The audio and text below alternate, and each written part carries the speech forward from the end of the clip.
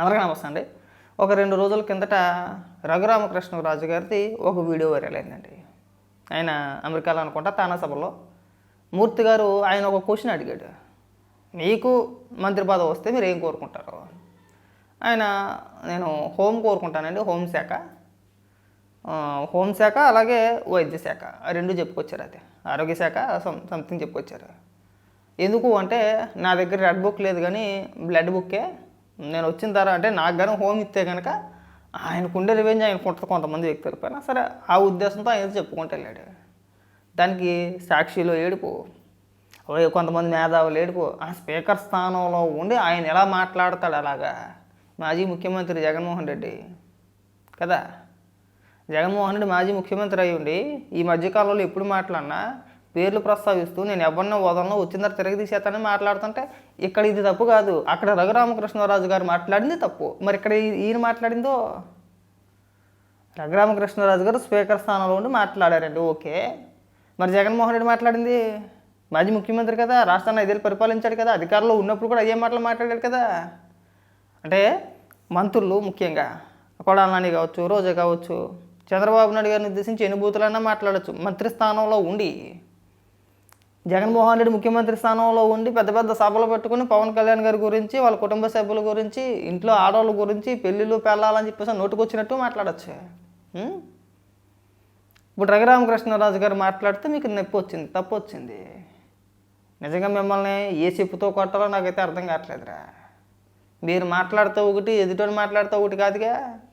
అందరూ మాట్లాడితే ఒకటి ఉంటుంది. అందరికీ మనోభావాలు ఉంటాయి, అందరికీ ఫీలింగ్స్ ఉంటాయిగా, అందరికీ ఆలోచనలు ఉంటాయిగా. నన్ను ఇలా చేసాడు జగన్మోహన్ రెడ్డి, గతంలో జగన్మోహన్ రెడ్డి రఘురామకృష్ణరాజుని అరెస్ట్ చేయించి కొట్టించేలేదా? లేదా ఆ రివెంజ్ ఉంటుంది ఆయనకి, ఎందుకు ఉండదు? మనిషి అన్న తర్వాత దెబ్బ తగిలిన తర్వాత నిప్పు కలగకుండా ఎలా ఉంటుందండి? ఖచ్చితంగా కలుగుతుంది. సో ఆ ఉద్దేశంతో ఆయన అన్నాడు. దానికి ఇక్కడ ఏడుపు. ఆయన అలా అంటాడా? మీరు మాత్రం ఎంపీ స్థానంలో ఉన్న ఆయన్ని, ఒక ఎంపీని మీ హయాంలో అరెస్ట్ చేసి మీరు మాత్రం తీసుకెళ్ళి కొట్టించేయచ్చు. ఆయన మాట్లాడకూడదు అంతేనే. ఇలాంటి మాటలు వింటప్పుడు మాకు ఏమనిపిస్తుంది అంటే వీళ్ళు 5 ఏళ్ళు రెచ్చిపోయి 5 ఏళ్ళు విధ్వంసం సృష్టించి వాళ్ళు ఎవరైనా మాట్లాడుతూ ఓర్చుకెళ్ళబోతున్నారా అనే ఫీలింగ్ మాకు కలిగేసింది. ఈ నీతులు, ఈ సూక్తులు ఏమైనా ఉంటే జగన్మోహన్ రెడ్డికి చెప్పండి. అన్న జగన్ అన్న, మనం అధికారంలో ఉన్నప్పుడు ఇలాంటి రచ్చ చేసాము, ఇలా బూతులు తిట్టాము, ఇలా మాట్లాడాము, అందరిపైన దాడులు తెగబడ్డాం మనం. ఆయన రెడ్ బుక్ బ్లడ్ బుక్ అనే అన్నాడు. ఆయన నా దగ్గర రెడ్ బుక్ లేదు, అంతా బ్లడ్ బుక్ అనే అన్నాడు. జగన్మోహన్ రెడ్డి తెలుగుదేశం పార్టీ ఆఫీస్ పైకి దాడికి పంపించి తన కార్యకర్తల నాయకుల్ని ఒక మీటింగ్ పెట్టుకుని ఏమని మాట్లాడారు తెలుసా?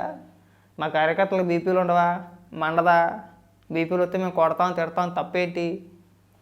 ఆయన మాట్లాడిన మాటలో ముఖ్యమంత్రి హోదాలో ఆ రోజు ఎవడు ఖండించలా, ఎవడో ఖండించడానికి అంత సాహసం చేయలా. ఇవాళ వచ్చి మీరు నీతి కోలు చెప్తా ఉంటే మాకు కామెడీగా ఉంది ఇక్కడ. దయచేసి ఇలాంటి పనికిమాలిన డైలాగులు ఇంకెప్పుడు కొట్టమాకండి. చాలా సిరాగ్గా ఏబీటీగా చేసి వీళ్ళు మాట్లాడుతున్నారా ప్రజాస్వామ్యం గురించి, విలువల గురించి వీళ్ళు మాట్లాడుతున్నారా? 5 ఏళ్ళు లేని విలువలు, గుర్తుకు రాని విలువలు ఇవాళ సడన్గా గుర్తుకొచ్చేసి ఆయన మాట్లాడిన తప్పు అని చెప్పేసి వీళ్ళు ఖండిస్తున్నారు. అట్లా గట్టిగా మాట్లాడితే ఖండించే హక్కు కూడా మీకు లేదు. నిజంగా చెప్తున్నా, రాష్ట్రాన్ని 5 ఏళ్ళు అంత దారుణంగా పరిపాలించారు. ఇకనైనా సరే మేము ఖండిస్తున్నాం, ఎరగదీస్తున్నాం, ఈ డైలాగులు అస్సలు వద్దండి. చాలా చండాలంగా ఇబ్బెట్టుగా ఉంది. ఇకనైనా సరే ఈ పనికి మన సొల్లు డైలాగులు కట్టిపెట్టేస్తారని చెప్పేసి కోరుకుంటున్నా.